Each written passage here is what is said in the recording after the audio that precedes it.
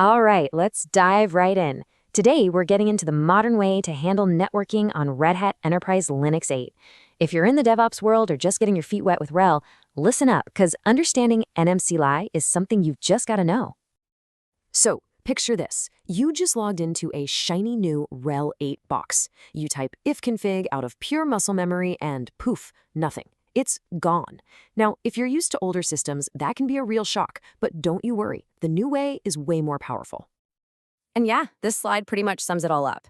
We're leaving the old days of manually tinkering with config files behind. The new world is all about talking to a central service using its own special tools. We're talking NMCLI, the command line tool, and NMTUI, which is its text-based cousin. This is a total game changer for keeping things consistent and, for automation. So here's the absolute key takeaway. Network Manager is the boss now. Think of it like the brain of your whole network setup. Every single change you want to make, setting an IP, changing DNS, whatever, it all has to go through this one service. So our job? It's just to learn its language. Okay, let's get our hands dirty. But before we start changing things, and this is a big one, we've got to know what our setup looks like right now. It's all about looking before you leap. So let's see how to safely check everything out. Say hello to your new best friend, NCLI Dev Status. This should always be the very first command you run. It gives you that perfect, high-level, bird's-eye view of every network interface your system can see, physical or virtual. And here's what you get back. Just look at this output. See how clean that is? You've got the device name, the type, its state, like is it connected or not, and, crucially, the connection profile that's using it. This tells you so much in just one glance. It's awesome. Okay, next up, connections. Now, a connection is not the physical device itself. It's more like a profile, a saved bundle of settings. Think of it as a recipe, with the IP address, the gateway, the DNS servers, the whole shebang. This is a really key concept to get your head around. And if you look at the output of NMCLI con show, you can see exactly what I'm talking about. You've got the profile name, but check this out. Sometimes the device column is empty. That just means you've got a saved configuration, a set of rules just sitting there, waiting to be activated on a device. All right, enough looking around. Let's start doing something.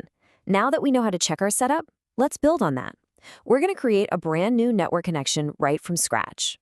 We're going to start with the easiest, most common setup, a DHCP connection where the IP is assigned automatically. And guess what? It's basically one command. You tell NMCLI to add a connection, you give it a nice name, and you tell it which interface to use. Then you just double-check your work. Easy peasy. But let's be real. On a server, you're almost always going to want a static IP. The process here is just as logical. First, you add the connection, but this time, you specify the IP address and gateway. Then, you'll modify it to add your DNS servers. And finally, you bring it online with NMCLI con up. And notice we're using IPA to verify. That's the modern tool that replaces ifconfig. Now, you might be thinking, okay, but where does all this stuff get saved? Well, it actually goes into the same old directory. When you make a connection profile, Network Manager creates a little file for it right there. But, and this is a really, really big but, it comes with a serious warning. Okay, listen up, because this is probably the most important rule of all. You might be tempted, so tempted, to just vim into one of those files and change it yourself like in the old days. Don't. Seriously, just don't. Network Manager sees itself as the exclusive owner of those files. It will come along and stomp all over your manual changes without even asking. Always use the tools. So we can create connections. Cool. But what else can we do? Well, the fun doesn't stop there. Once a connection profile is made, you have total control over it. Let's look at some of the common things you'll be doing. And this is just scratching the surface, really. Using NMCLI conmod, you can tweak just about anything. Want to stop a connection from starting on boot? Bam, you can do that.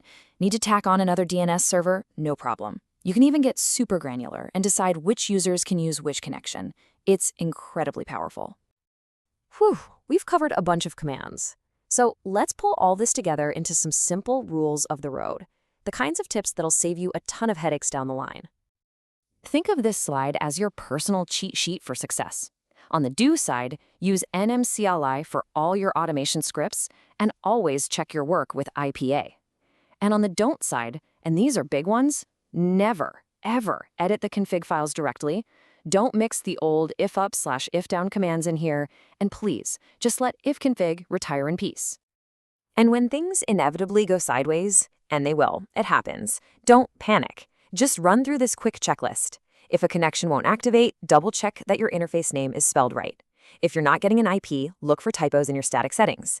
And if you can't reach Google, use nmcl conshow to make sure your DNS settings are correct on the profile. So, if you remember only one thing from this entire explainer, let it be this. In the world of RHEL 8, Network Manager is king. You have to learn to work with it, not fight against it.